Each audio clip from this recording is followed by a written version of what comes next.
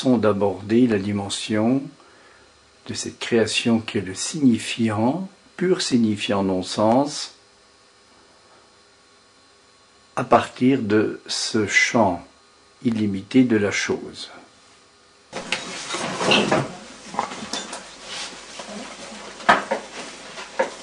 J'ai le plaisir de vous présenter Jean Charmant que... Je sais pas si ça marche. Non, ça marche. Toc, toc. Vous m'entendez? Ah oui, ça marche. Ça marche?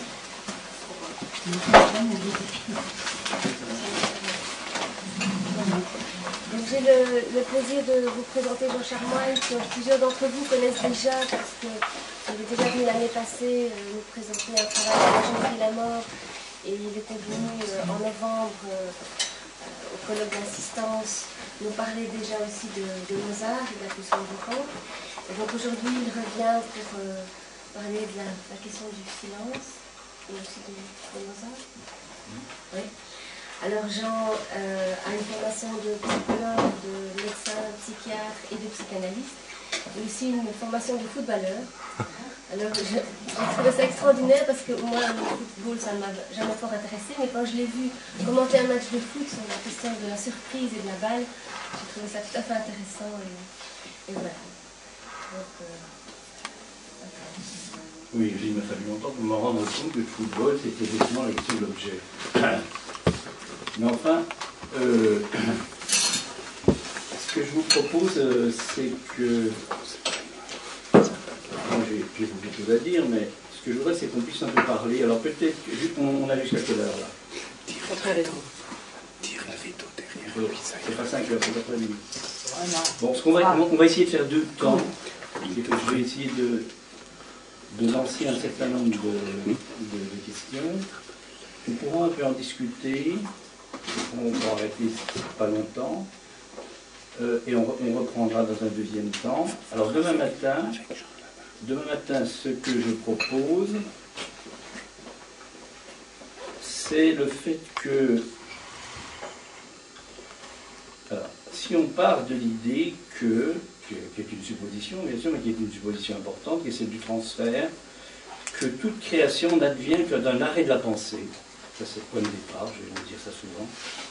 Un arrêt de la pensée.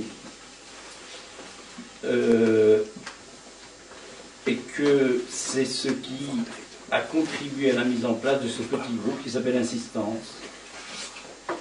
Puisque dans le travail qui a été fait, notamment dans l'étude d'éveil, était posé comme question importante l'importance de la sidération. La sidération, c'est l'arrêt de la pensée. Vous savez, c'est le premier temps indispensable au mot d'esprit. Donc, arrêt de la pensée. Alors, ce que je propose, c'est que demain matin, on redémarre. Celui ou celle d'entre vous qui, à la faveur du sommeil, parce que le sommeil, c'est un arrêt de la pensée consciente, demain matin pourra penser quelque chose. Je ne sais pas quoi, parce que c'est ça l'important. On pourra redémarrer à partir de là. Donc c'est ça, je ne sais pas, que chacun d'entre nous ici se sente sollicité par ça. C'est-à-dire que c'est pas... Il y a la question de ce que je vais essayer d'expliquer, la question du commentaire qu'on va faire ensemble. Ça, c'est une chose. On reste toujours dans une certaine association de pensée, association d'idées. Toute la question, c'est la rupture que peut entraîner le fait que pendant un certain temps, cette nuit, ça peut durer 2 minutes, ça dure en général plus longtemps, la pensée consciente va s'arrêter. Une autre pensée se mettra sans doute en route, mais ça, on ne le saura pas forcément. Et si quelqu'un, à la faveur de cet arrêt de la pensée, se trouve, c'est ça l'insistance, se trouve amené à penser à quelque chose par rapport à ce que je vais essayer de dire, on pourrait redémarrer, c'est-à-dire qu'on ferait une improvisation demain matin, enfin, moi c'est ce que je proposerais, à partir de ça, parce que c'est ça qui est important, et si vous voulez, c'est un peu le dispositif de travail qu'on a essayé et qu'on essaie de mettre en place à insistance, pour autant que ce dispositif ne s'adresse pas forcément qu'à ce qui fonctionne habituellement dans une institution analytique, c'est-à-dire toutes les procédures de fonctionnement de la formation du psychanalyste, mais ça s'adresse à celui qui vient travailler avec nous. Donc c'est le cas ici à présent. Donc c'est ça que je vous propose. Et on verra un peu ce qui peut demain venir, un peu comme la balle au football ou au tennis, puisque aujourd'hui il y a la finale entre une Française et une Belge à Roland-Garros, un peu comme ça, la question de la balle, toute la question du coup qui est lâché par le corps, nous pose la question de ce que l'on peut lâcher dans la voix, soudainement, sans le savoir, et qui fait qu'on entend de l'inouï et que l'on voit de l'invisible. Et que l'on ne sait plus ce qui est visible et pas visible, on est dans un autre champ. Et ça, c'est celui de la pulsion invocante. Vous voyez que dès qu'on sort du monde défini, limité, des mots, la pulsion invocante, ça n'est pas la voix. D'emblée, on peut dire ça. C'est pas la voix. La voix, c'est l'objet du fantasme, c'est autre chose. Enfin, on aura le temps un petit peu de reprendre ça, parce que souvent, c'est un peu confondu. C'est la voix en tant que, on peut dire que c'est la voix, mais c'est la voix en tant qu'on n'entend pas avec ses oreilles. D'emblée, ça pose la question du silence. Alors, pour ceux et celles d'entre vous qui étaient là en avril, quand je suis venu, je me suis rendu compte ces jours-ci, là, parce qu'évidemment, les choses s'enchaînent. Je vais essayer à partir de, pour en avoir un peu élaboré quelque chose sur le plan du transfert, de vous proposer donc le tableau des Ménines de Velázquez, la façon dont, je vais parler un peu de la façon dont Picasso avait à son tour traité ce tableau, et surtout je vous avais proposé le film de La jeune fille et la mort, c'est comme ça que la conférence avait été intitulée, à partir bien sûr du quatuor à cordes de Schubert, mais de la façon dont un film a pu être réalisé. Et ce qui était intéressant, c'est qu'à la fin de ce film, le réalisateur apportait une fin particulière qui n'était pas la fin du film, la fin du roman. Le réalisateur, c'est Roman Polanski, qui n'était pas la fin du roman tel qu'il avait été écrit. Et je laissais, on s'était quitté là-dessus, sur une interrogation qui était en fait celle d'un certain silence qui apparaissait, pour autant qu'à la fin du film, ceux qui s'en souviennent peuvent se rendre compte que tout le discours qui a été défini jusque-là, qui est en fait le discours, on pourrait dire le discours conscient et inconscient, soudainement semble être suspendu parce que le discours qui est maintenu par la dimension du temps diachronique, du temps qui se déroule, de l'histoire, peut-être est remis en cause par l'apparition d'un autre temps qui est le temps d'un silence.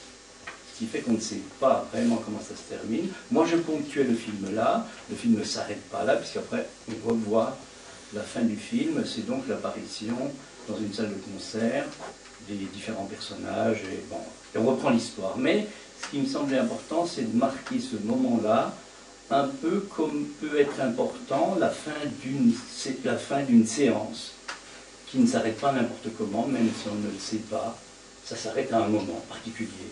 Sauf si, à la limite, on marchait, et encore que, on marchait au réveil, systématiquement, la durée est définie, mais il y a sans doute un moment particulier où l'analyste interrompt le discours de l'analysant, et toute la question est celle de savoir à quoi il répond en interrompant ça. Mais il répond certainement à quelque chose. Donc c'est un peu de ça dont on va parler, pas directement dans ces termes-là, mais tout ça pour vous montrer, pour déjà aborder le fait que le silence est quelque chose de central au niveau de la dimension psychique, et que sans doute le fait que on se soit structuré, parce que c'est comme ça que ça s'est passé, dans les limites du mot, de la signification, nous fait oublier le fait que les mots sont soutenus par un certain silence. Ça, c'est une chose. Si je peux vous parler comme ça, assez spontanément, c'est parce que ma voix est portée par le fait que, en vous parlant, quelque chose résonne en moi, un certain silence, au-delà de ce que je vous dis. Ce qui peut arriver, c'est que soudainement, je me mets à entendre ma voix autrement, et à ce moment-là, ça veut dire que je fais une certaine rencontre, une dimension psychique. Alors ça, on va en parler. Et donc, la question qui se pose, qui est apparue cette année, dans le séminaire que je fais à Paris, c'est un peu de ça dont je vais essayer de vous parler, c'est à partir du cri de Don Juan dans le Don Giovanni de Mozart, qui survient à l'acte 2, la scène 15 de l'acte 2, qui est quasiment la fin du Don Giovanni, pas tout à fait, un peu comme le film de Polanski, il y a quelque chose qui vient recouvrir tout ça, un peu comme le Così fan tutte, il y a aussi quelque chose qui vient recouvrir, c'est souvent le cas. Il y a souvent une scena ultima qui vient recouvrir, qui est sans doute le final qui est en fait une ouverture. C'est la question. Comment, vous voyez qu'on est très proche de la dynamique du transfert, comment ce qui est de l'ordre d'une fin peut en même temps être une ouverture. Voilà la logique un peu particulière que je vous propose. C'est-à-dire que ce qu'on va essayer, au moins dans un premier temps, ce dont je vais essayer de vous parler, puisque ça ne m'attendait pas du tout au football, mais la question du football, c'est qu'est-ce qui fait qu'à un moment, vous lâchez votre pied de telle façon qu'il part avec la balle, le pied part avec la balle, comme le bras du tennisman part avec la balle. C'est évident que c'est part avec, on appelle ça lâcher. Ça part, et parce que c'est lâché d'une certaine façon, bien sûr que peut-être que la force joue, mais il est invisible pour celui qui l'attend. Et donc ça risque, si c'est dans le cadre, ça risque de faire un but. C'est quelque chose d'assez extraordinaire, c'est pour ça que c'est si difficile, par exemple, de réussir un penalty, où là, au contraire, on est complètement dans le visible, et apparemment c'est simple, mais c'est très difficile de lâcher le coup, à ce moment, de lâcher son coup. Tout ça pour montrer que d'emblée, quand il y a la question du regard, c'est ça le public, quand il y a la question du regard, se pose pour nous la définition d'un certain champ psychique, qu'on appelle le champ du fantasme. Alors, on reviendra là-dessus. Et que donc, le silence apparent, qui est là, au moment où je vais frapper dans la balle, au moment où j'essaie de vous parler, au moment où je ne trouve pas le mot, au moment où je cherche le mot, c'est un peu la même chose.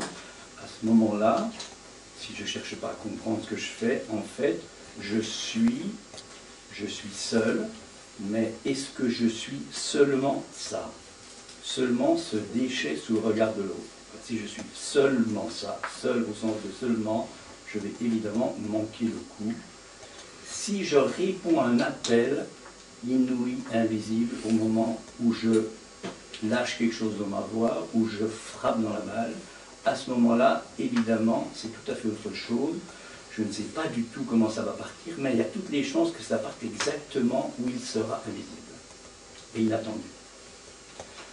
Tout ça, c'est des métaphores pour un peu essayer de comprendre ce qui se passe dans notre rapport à l'autre, parce qu'évidemment, la balle en question, c'est ce qui est invisible dès que je parle à quelqu'un, je lui adresse quelque chose, il me renvoie quelque chose, donc il y a quelque chose qui s'échange, il y a quelque chose qui se comprend, comme entre deux partenaires, et à un certain moment, le jeu de paroles qui fonctionne va se compliquer parce que un des deux, ou bien perd la balle, c'est-à-dire que je ne trouve pas le mot, ou bien un des deux, et donc c'est l'autre qui va gagner, ou bien un des deux trouve, sans chercher, quelque chose, il lâche, comme on dit, son coup, le coup, et à ce moment-là, il fait par exemple un mot d'esprit.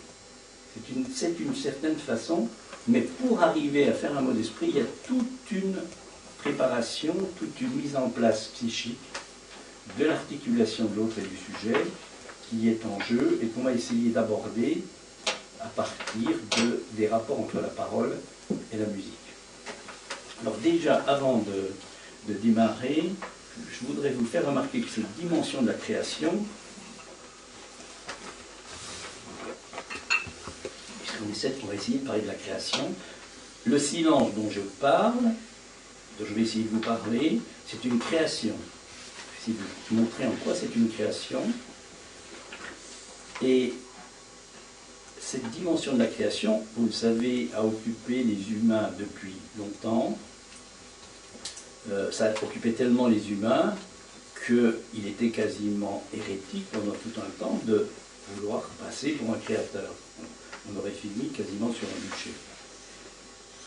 Durant ces périodes-là, notamment déjà bien avant, je vais vous faire remarquer la chose suivante, c'est qu'au début du deuxième millénaire, c'est-à-dire au XIe, XIIe siècle, apparaît au sud sud de la France quelque chose qui va nous donner un peu une idée de ce que c'est que la création. C'est-à-dire que la création est on peut d'emblée poser la question que la création ne se fait pas dans une continuité. C'est pour ça qu'il faut que le temps s'arrête, le temps diachronique s'arrête, il faut que la pensée s'arrête. La création, au sens de ce qu'il en est de l'inconscient, ne se fait pas dans une continuité. Ça, c'est sans doute ce que Freud a un peu raté. Lacan nous explique bien que la création, pour qu'il y ait création, il faut qu'il y ait un arrêt. Et ça, la preuve, elle est définie en fait par Freud dans le mot d'esprit, ce qu'il appelle la sidération, ce qu'il trouve comme étant la sidération. Eh bien, au XIe siècle, XIIe siècle, vous savez qu'il est apparu dans le sud de la France, en Occitanie, deux choses apparemment sans rapport et pourtant qui sont proches de ce dont on m'a parlé. C'est d'une part, c'est à peu près au même moment, ça commence à peu près au même moment et ça se termine à peu près au même moment. C'est d'une part l'hérésie cathare, d'autre part c'est l'amour courtois. Donc la question qui nous intéresse, quel rapport il y a entre l'hérésie cathare et l'amour courtois? Ce qu'il faut bien comprendre, c'est que dans l'amour courtois, il y a un mécanisme particulier que l'on peut dire maintenant à partir du transfert, c'est que l'objet féminin, voilà, qui est comme ça, l'objet féminin est placé et transmuté et advient comme signifiant. Alors ça c'est aussi une chose que je voudrais essayer de vous transmettre, ce que c'est que le signifiant. Ça n'a rien à voir avec le signifié, rien du tout. Le signifiant pour le psychanalyste n'a rien à voir avec le signifiant des linguistes. J'insiste là-dessus, le signifiant c'est le silence. Le signifiant véritablement c'est le silence. En sachant que le silence c'est quelque chose qui existe, c'est quelque chose, vous allez voir l'effet que ça produit. Et souvent, quand on parle du signifiant, oui c'est un signifiant foulé, etc., on est dans une perception du signifiant qui est du signifiant articulé à du sens. C'est pas ça qui nous intéresse. Le signifiant, tel que Lacan parle, il va parler de signifiance, n'a rien à voir. C'est pour ça qu'il sort cette formule, le signifiant représente le sujet pour un autre signifiant. Ça n'a rien à voir, il n'y a pas de signification, c'est pas du tout ça. Le signifiant, c'est ce qui fait qu'entre deux signifiants, le sujet est placé entre deux signifiants. Et c'est tout à fait problématique, et c'est un temps particulier, quand il survient, qui donne naissance à cette création qui est le sujet de la conscience. Donc, je reviens au fait que dans ces périodes-là, je dis ça parce que ça donne aussi une certaine façon de s'approprier, je pense de façon assez singulière, pour chacun d'entre nous, ce que peut être un peu l'histoire.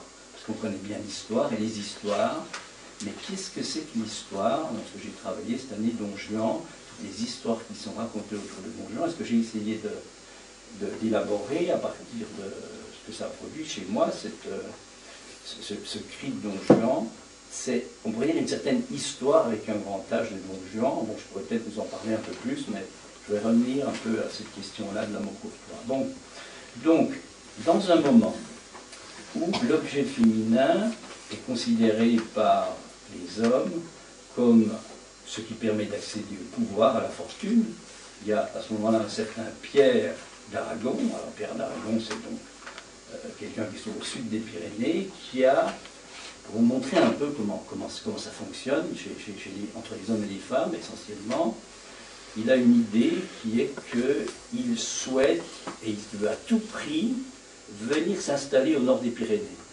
Son idée, c'est ça. C'est pas encore réparti comme maintenant, la France et l'Espagne, évidemment.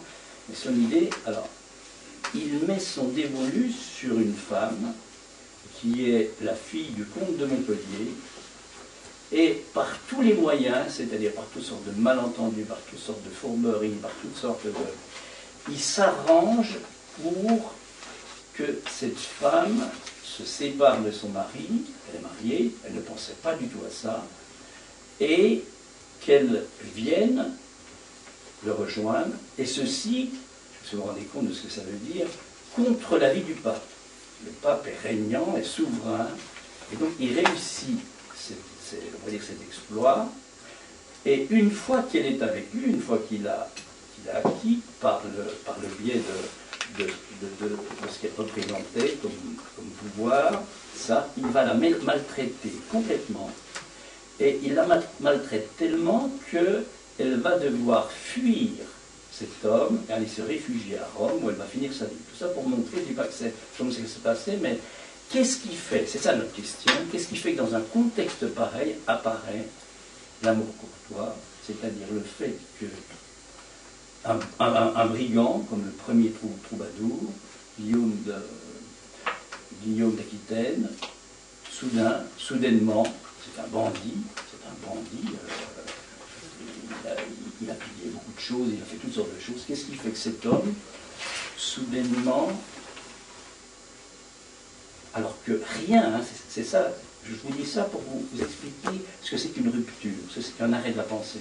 Qu'est-ce qui fait que soudainement cet homme va placer dans une position qu'on va appeler objet A particulier avec Lacan, dans cette position particulière de cause de discours, une femme, et que cette femme va devenir donc la dame, celle qui domine, hein, dans l'étymologie, celle qui domine, et que la preuve que c'est une femme qui, pour lui, a une dame, c'est que à partir du moment où elle est dans cette position, il se met à devenir un troubadour.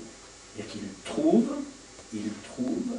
les mots et les sons qui vont être la réponse à la place où est mise cette femme.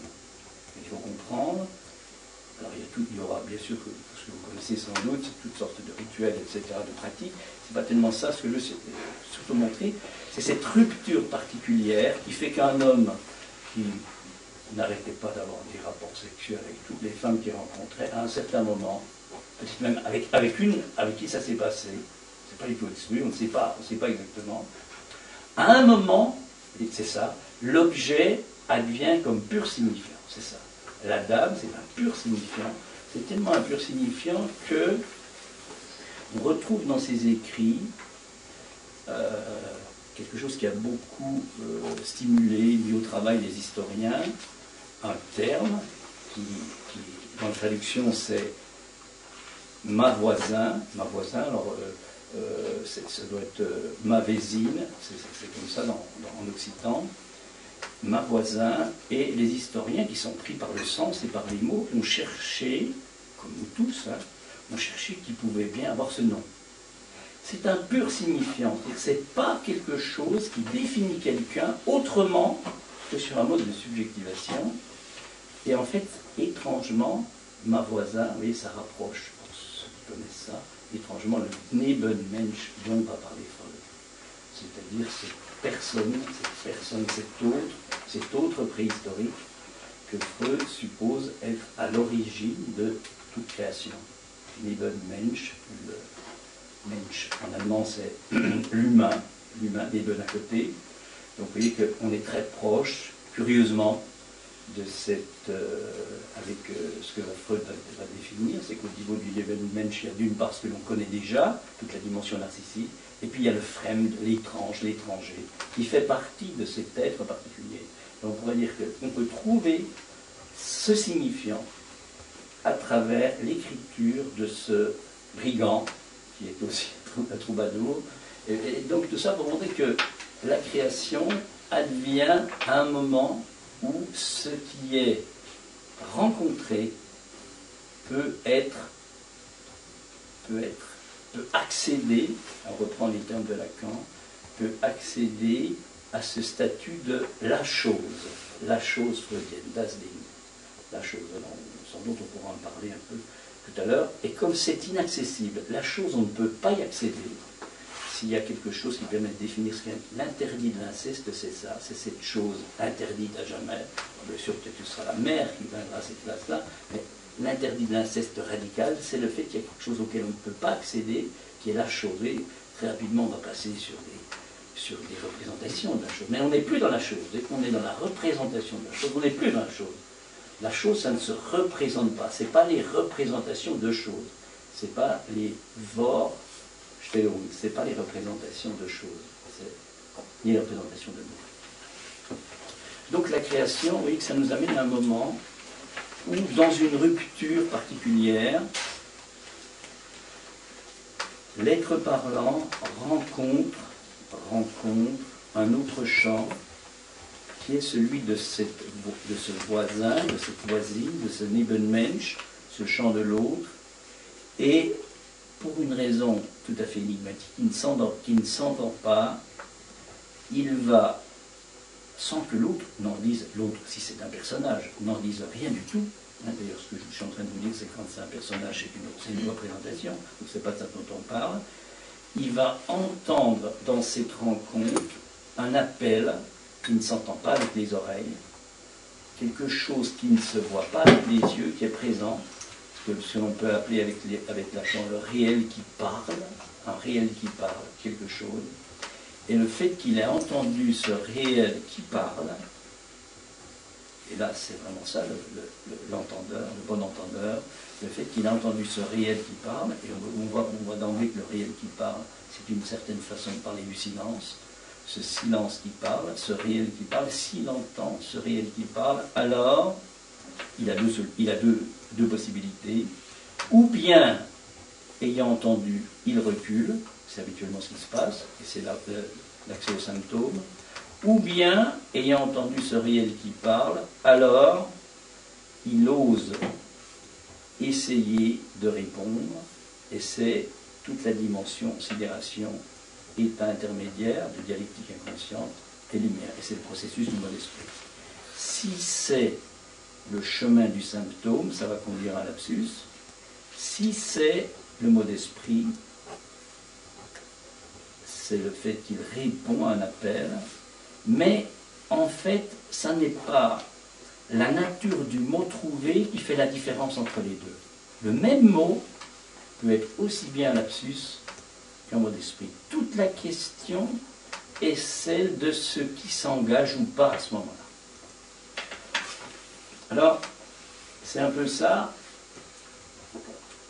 qui m'a mis au travail, parce qu'en écoutant le cri de Don Juan, j'avais fait écouter d'ailleurs à un colloque que j'avais organisé à Besançon, Pascal était là, Pascal Champagne, j'ai fait écouter plusieurs fois, 3 ou 4 interprètes, ce cri de Don Juan, parce qu'à un certain moment, je crois que ça arrive à un certain moment, c'est pas quelque chose qui se... À un certain moment, j'avais déjà pas mal écouté ce cri de Don Juan, à un certain moment, en écoutant ce cri, j'entendais je ne sais pas quoi, que je ne pouvais absolument pas qualifier de quoi que ce soit, et j'entendais quelque chose d'autre, entendant apparemment le même cri, c'est-à-dire en entendant, ça c'est très important, en entendant le même, en fait, se fait entendre autre chose qui n'est jamais la même chose.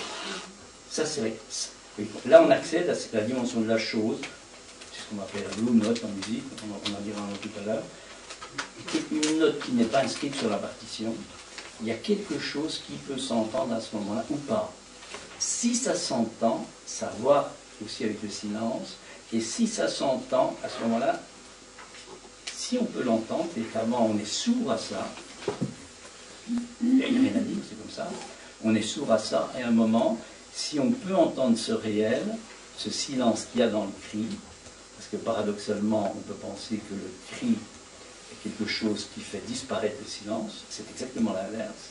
C'est le cri qui fait apparaître un certain type de silence particulier, et c'est ce silence de l'autre auquel nous allons essayer de répondre. Et maintenant, je vais essayer de vous dire comment ça se traduit dans la clinique, ce que je suis en train de dire.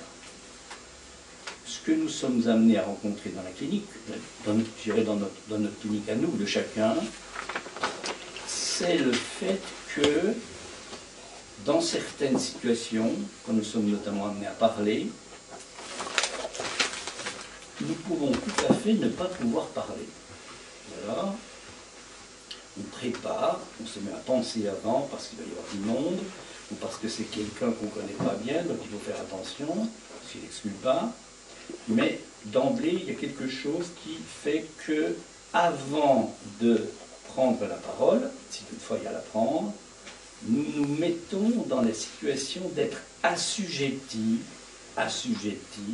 à un regard qui est déjà là avant que la personne que nous allons rencontrer soit là, c'est-à-dire que ce regard, c'est notre rapport à l'objet du fantasme, à l'objet regard, ce savoir déjà là et là, et en quelque sorte, on pourrait dire que c'est un regard qui entend, mais qui entend quelque chose que je pourrais transmettre de la façon suivante. Ce regard entend le fait que, pour moi qui suis assujetti à ce regard, on pourrait dire, entend dans un certain silence qui n'est pas un silence, on va l'appeler un silence bruyant, celui-là. Il entend quelque chose comme le fait que il sait déjà ce que je suis. Il sait déjà, il me devine, il me traverse, je suis démuni, dénudé sous ce regard qui voit, c'est pas l'œil, hein. On fera la différence entre l'œil et le regard. On parle vraiment du regard, c'est-à-dire que ce regard, c'est quelque chose qui vient de l'autre. L'œil, c'est l'inverse, c'est moi qui vais regarder quelque chose et qui définit les choses. Ça, c'est l'œil. Le regard, c'est autre chose, c'est quelque chose qui vient de l'autre. Donc, ce regard, il vient dans ma direction, et avant même que la personne soit là, ça peut arriver quand la personne est là, soudainement, mais avant même qu'elle soit là, déjà je suis en garde à vue, je suis gardé, regardé, et sous ce regard qui sait déjà ce que je pense, ce que je sais, qui opère quasiment un rapt sur ce qu'il y a de plus intime en moi, et qui en même temps, d'une certaine façon, parle en me disant, en me désupposant, il ne suppose rien du tout, pour lui c'est clair, c'est vraiment sur moi, dans sa fonction tyrannique, il me dit, tu n'es que ça, que ce qui ne peut pas parler, que ce déchet, et du coup, pris entre ce que j'entends, bien sûr je ne l'entends pas, c'est pas les voix psychotiques, mais c'est quelque chose qui nous donne un peu une idée de ce que ça peut être, parce que ce regard-là, il va se retirer à un moment. À ce moment-là, donc, il me dit que je ne suis qu'un déchet, que je ne vaux rien, et en même temps, on pourrait dire, il me dit, de toute façon, je sais tout ce que tu penses. C'est pas ce que tu penses, c'est tout ce que tu penses. Et je suis complètement réduit, annulé, et il ne me reste rien, il ne me reste pas cette part particulière d'intime, à partir de laquelle, c'est ça qui est indispensable, ce silence à partir duquel je peux prendre la parole. Autrement dit, quand ce regard intervient, et il intervient dans la vie, je dirais dans la vie de chacun d'entre nous à certains moments, quand ce regard, donc il n'est pas question de dire, par exemple, une analyse, ça consiste à, celui-là on lui tord le cou, on n'ira jamais, non. Quand il va réapparaître après, on va pouvoir causer avec lui, une certaine vérité. Donc, quand ce regard apparaît, et on va pouvoir l'apaiser d'une certaine façon, quand ce regard apparaît, donc je suis dans l'impossibilité d'advenir comme parlant, puisque je suis, dans le pire des cas, c'est le mythe de la méduse, je suis réduit à cette fixité, cette immobilité qui fait que je ne peux même pas bouger, rien, je suis réduit à la pétrification, à la pierre.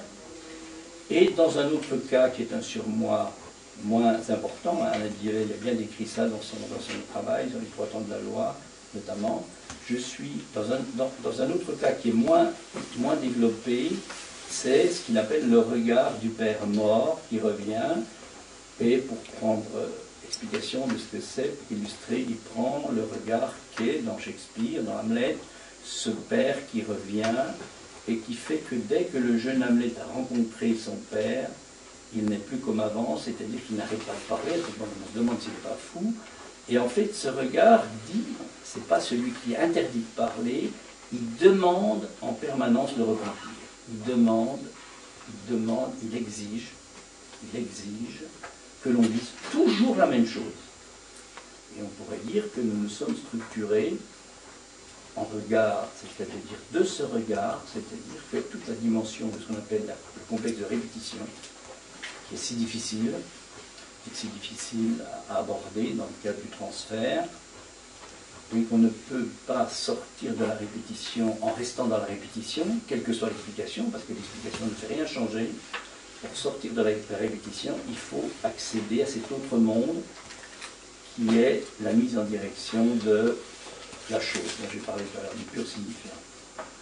Alors, si on veut essayer de comprendre, je vais encore parler 5-10 minutes, puis après on pourra un petit peu discuter ensemble. Si on veut essayer de comprendre ce qui se passait, ce qui se passe, bon, si quand je parle, je suis effectivement soutenu par un certain silence, c'est difficile de dire quel est le silence qui me soutient, c'est pas le silence de l'autre grand âge. C'est un certain silence qui fait que je peux arriver à peu près à me retrouver. Alors, est-ce que c'est un certain silence du sujet de l'inconscient? On ne peut pas dire ça. Je crois qu'on va trop vite montrer ça. Enfin, il y a un certain silence. C'est tellement vrai qu'un acteur, quand soudainement il se met à entendre autrement, un acteur comme par exemple Louis Jouvet, si vous lisez, j'ai beaucoup été intéressé par les notes qu'il a prises comme ça, qui ont été publiées après sa mort, et qu'il prenait avant et après les représentations. C'est paru chez Flammarion, ça s'appelle Le comédien désincarné. Le comédien désincarné, vous pouvez trouver ça. Je trouve qu'il y a vraiment la théorie de Lacan là-dedans. Évidemment, Lacan, je ne pense pas que Lacan a lu, mais il y a vraiment la théorie de Lacan. Ce qui explique Jouvet, c'est que lui, ce qui était très important pour lui, c'est d'entendre le silence du public. Et bien, ça nous... Alors, je crois que c'est très important, un analyste, qu'est-ce qu'il entend quand il entend l'analysant qui parle. On revient toujours. Derrière tout ce que je dis, il y a cette dimension-là. Qu'est-ce que j'entends? Qu'est-ce que je ne sais pas que j'entends? Et donc, qu'est-ce qui fait qu'à un moment, j'arrête la séance? C'est ça, qu'est-ce qui fait qu'à un moment, on dit ça suffit, on va chacun, on arrête, on chacun son truc, on bouge un peu. Enfin, on sait le poids que ça peut avoir sur celui qui est sur le divan. Alors, donc, il y a donc ce silence-là. Ce silence, par exemple, on parle de Jouvet, c'est important pour lui. Il explique que quand il est en scène avec un acteur, bien sûr qu'il écoute ce que dit l'acteur, il connaît à peu près le texte de ce que dit l'acteur, mais il explique bien le fait qu'à un certain moment, il est complètement pris par ce qu'il entend, mais surtout ce qui soutient ce qu'il entend, c'est-à-dire le silence de son partenaire. Et à un moment, est-ce que c'est parce qu'il sait que c'est la fin de la réplique du partenaire, mais à un moment, hop, quelque chose qui repart en lui. Je crois que c'est à la fois très important et très compliqué parce que ça nous donne un peu l'idée de ce que c'est que ces mouvements comme ça, de cette scansion particulière qui peut fonctionner dans la cure. Alors, on en arrive donc à dire, il y a un premier silence qui est là, habituellement. Ce silence, soudainement, va disparaître lorsque le regard dont je vous ai parlé apparaît. Lorsque l'objet du fantasme apparaît, alors je vais entendre quelque chose dans le public qui me dérange, je vais entendre ma voix autrement. C'est comme si j'étais au bord du précipice, que je m'accrochais aux mots pour ne pas tomber dedans. Il y a quelque chose qui se passe. Tout le problème, on pourrait dire, ceux qui ont l'expérience de la scène, parce qu'il y en a parmi nous, peut-être que vous aurez votre avis après, tout le problème, c'est de savoir si, quasiment en même temps, peu de temps, enfin, le temps n'est pas le temps diachronique, en même temps, je perçois quelque chose en moi ou pas. Ce qu'on appelle un certain mouvement pulsionnel, qui fait que ce qui risque de se figer en moi, par la rencontre de ce regard qui est là, peut au contraire être reçu comme une question et qu'à ce moment-là, ça remette en route quelque chose. Ou alors, le cas contraire, je perds ma voix.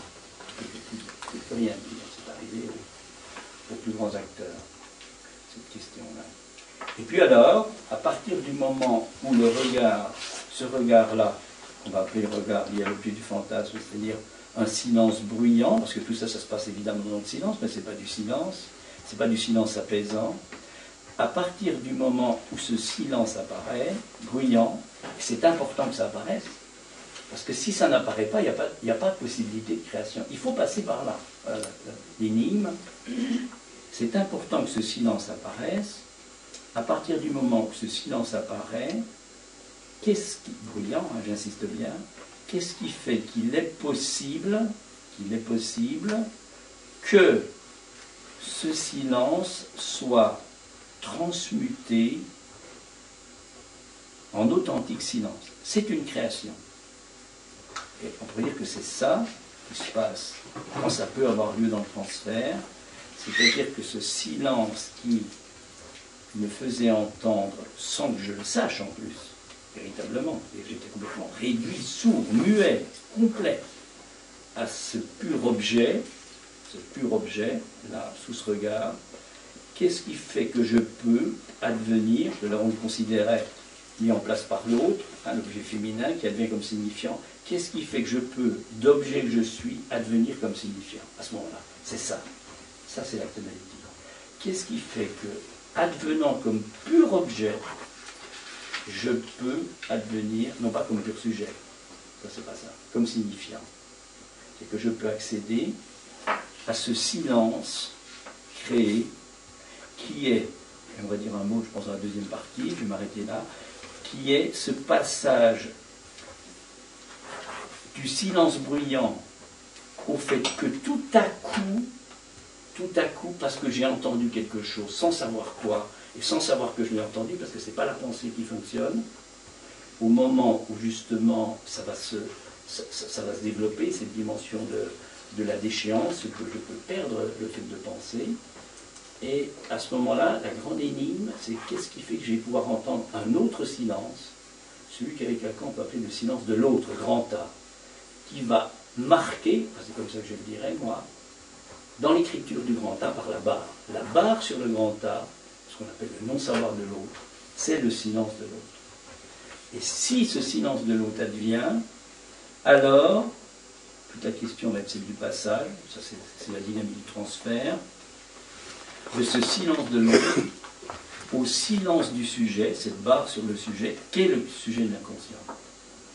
Alors la pulsion invocante, dans cette telle qu'on essaie un peu de l'aborder, ou de la supposer, c'est celle qui intervient dans la création du silence de l'autre.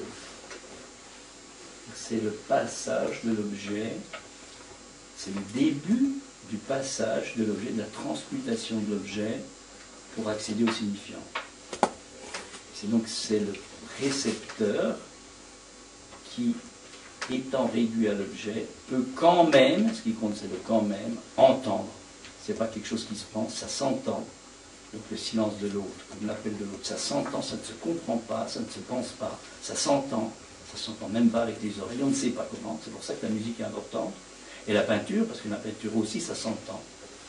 Ce n'est pas quelque chose qui se voit uniquement avec les yeux, ça s'entend, toute cette dimension de ce mouvement qui peut être trouvé sur un tableau, le mouvement de passage des couleurs de l'une à l'autre, etc. C'est quelque chose qui s'entend. Et donc, toute la question est celle de savoir ce qui fait que, lorsque me vient cet appel de l'autre, par le biais de l'œuvre d'art, là, dans le cas précis, ou par le biais d'un certain appel de l'autre, il m'est possible, d'une part, que ce silence bruyant advienne comme perdu, et c'est paradoxalement, je pense, je ne suis pas le seul, je crois que c'est Lacan qui dit ça, c'est ce qu'on appelle véritablement chez Freud la pulsion de mort. La pulsion de mort, c'est pas du tout une destruction, c'est pas du tout l'envie de faire mourir quelqu'un, c'est pas du tout ça la pulsion de mort. La pulsion de mort, c'est dans la structure, là, dans le moment dont je parle.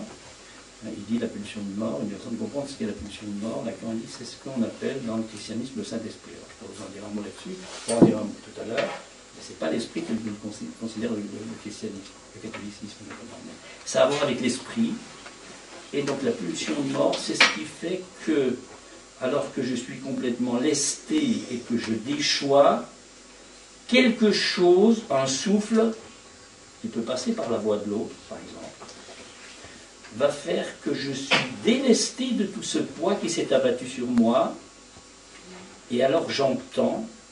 Alors est-ce que j'entends avant, est-ce que j'entends après? J'entends sans doute avant, on ne sait plus, on n'a plus une temporalité, ni au niveau de la structure. La pulsion de mort, c'est ce qui fait que accède à cette dimension de constituer, pas de perdu, de constituer comme perdu. Parce que le constituer comme perdu, c'est le silence, c'est pas la privation. Le constituer comme perdu, c'est une opération psychique. C'est pas quelque chose que je perds. Il faut que ça devienne constitué comme perdu, c'est-à-dire que ça m'est propre. je peux l'entendre, je me l'approprie en quelque sorte. Et à ce moment-là, lorsque ça a lieu, donc, il est possible que s'ouvre pour moi, le récepteur que je suis, cette nouveauté qui est la possibilité d'accéder à cette dimension, à cette trouvaille qui est le sujet de l'intention. Donc je vais un peu m'arrêter là-dessus, parce que je pense que c'est déjà pas mal de choses. Peut-être qu'on en discute un petit peu.